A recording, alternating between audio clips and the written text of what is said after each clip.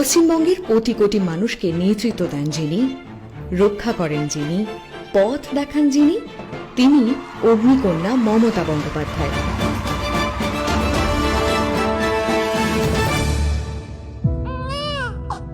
উনিশশো সালের 5ই জানুয়ারি কালীঘাটের প্রমীলেশ্বর বন্দ্যোপাধ্যায় ও গায়ত্রী দেবীর পরিবারে জন্মগ্রহণ করেন মমতা। ভাই বোনেদের সাথে খেলতে খেলতেই আনন্দময় পরিবেশে বড় হওয়া। হঠাৎ একদিন ঘটে গেল দুর্ঘটনা। যে বাবা ছিলেন আদর্শ, ছোটবেলাতেই তাকে হারালেন তিনি। সেই শুরু সংগ্রামী জীবনের। কখনো সকালবেলা দুধ বিক্রি করে, কখনো টিউশন পড়িয়ে সংসারের হাল ধরলেন তিনি। তবুও কিন্তু পড়াশোনা ছাড়লেন না। দিনভর পরিশ্রমের পর সন্ধ্যাবেলা যোগমায়া দেবী কলেজে নিয়মিত ক্লাস করতে লাগলেন তিনি। কলেজে পড়ার সময়ই তিনি আকৃষ্ট হলেন রাজনীতির প্রতি। ছাত্রছাত্রীদের জন্য গলা ফাটিয়ে অন্যায়ের প্রতিবাদ করে খুব শিগগিরই হয়ে উঠলেন সকলের প্রিয় নেত্রী। কলেজের ছাত্র পরিষদ থেকে যোগ দিলেন যুব কংগ্রেসে। 1976 থেকে 80 অবধি তিনি পশ্চিমবঙ্গের মহিলা কংগ্রেসের সাধারণ সম্পাদক ছিলেন। 1984 সালে মাত্র 29 বছর বয়সে লোকসভা নির্বাচনে যাদবপুর কেন্দ্র থেকে হারালেন দাপুটে সিপিএম নেতা সোমনাথ চট্টোপাধ্যায়কে। 1991 সাল থেকে পরপর 6 বার সাংসদ নির্বাচিত হন দক্ষিণ কলকাতা কেন্দ্র থেকে। 1991তেই প্রথম কেন্দ্রীয় মন্ত্রী হলেন। তার হাতে তখন মানব সম্পদ উন্নয়ন, ক্রীড়া ও যুব কল্যাণ ও মহিলা ও শিশু বিকাশ মন্ত্রক। পরবর্তীকালে 1999 ও 2009 সালে রেলমন্ত্রী হিসেবেও কাজ করেন তিনি।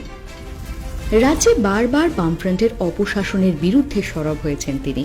ফলে আক্রমণের লক্ষ্যও হয়েছেন, তবু তাকে দমানো যায়নি।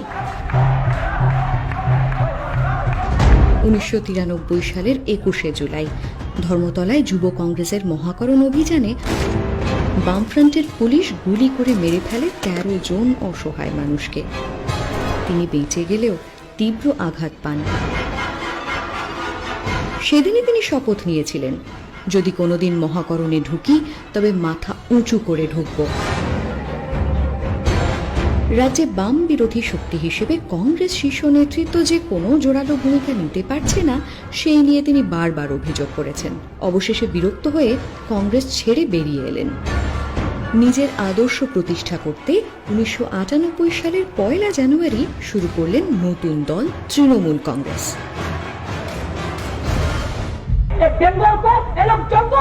সিঙ্গুরার নন্দীগ্রামে শিল্পায়নের অছিলায় বামফ্রন্ট সরকার যখন অন্যায়ভাবে কৃষকদের জমি ছিনিয়ে নিতে লাগলো, মানুষ মারতে লাগলো, তিনি তখন কৃষকদের সমর্থনে অনশনে বসলেন। আমাদের যদি ওরা মারেও বামফ্রন্টের অত্যাচারের বিরুদ্ধে প্রতিবাদের একমাত্র মুখ হয়ে উঠলেন মমতা বন্দ্যোপাধ্যায়। এই কুৎসার জবাব মানুষ দেবে। আমি মমতা ব্যানার্জি ঈশ্বরের নামে শপথ করিতেছি। শেষ পর্যন্ত 2011 সালে বিধানসভা ভোটে পশ্চিমবঙ্গের প্রথম মহিলা মুখ্যমন্ত্রী হিসেবে নির্বাচিত হলেন। এই জয় গণতন্ত্রের জয়, এই জয় মা মাটি মানুষের জয়।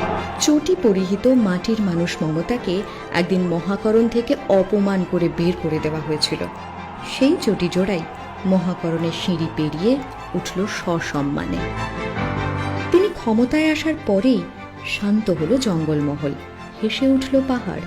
সাধারণ মানুষের জন্য চালু করলেন স্বাস্থ্যসাথী, কন্যাশ্রী, সবুজ সাথী, শিক্ষাশ্রী, কৃষক বন্ধুর মতো উপকারী প্রকল্প।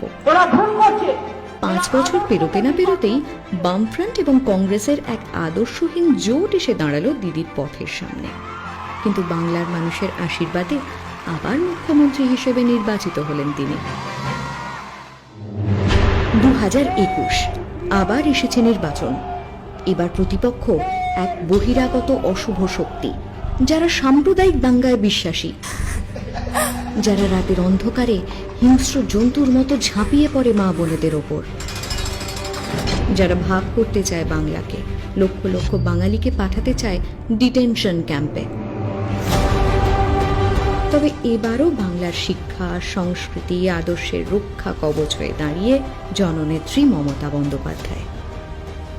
আজ তার সংগ্রামে সামিল গোটা বাংলা, কারণ তিনি বাংলার অগ্নিকন্যা।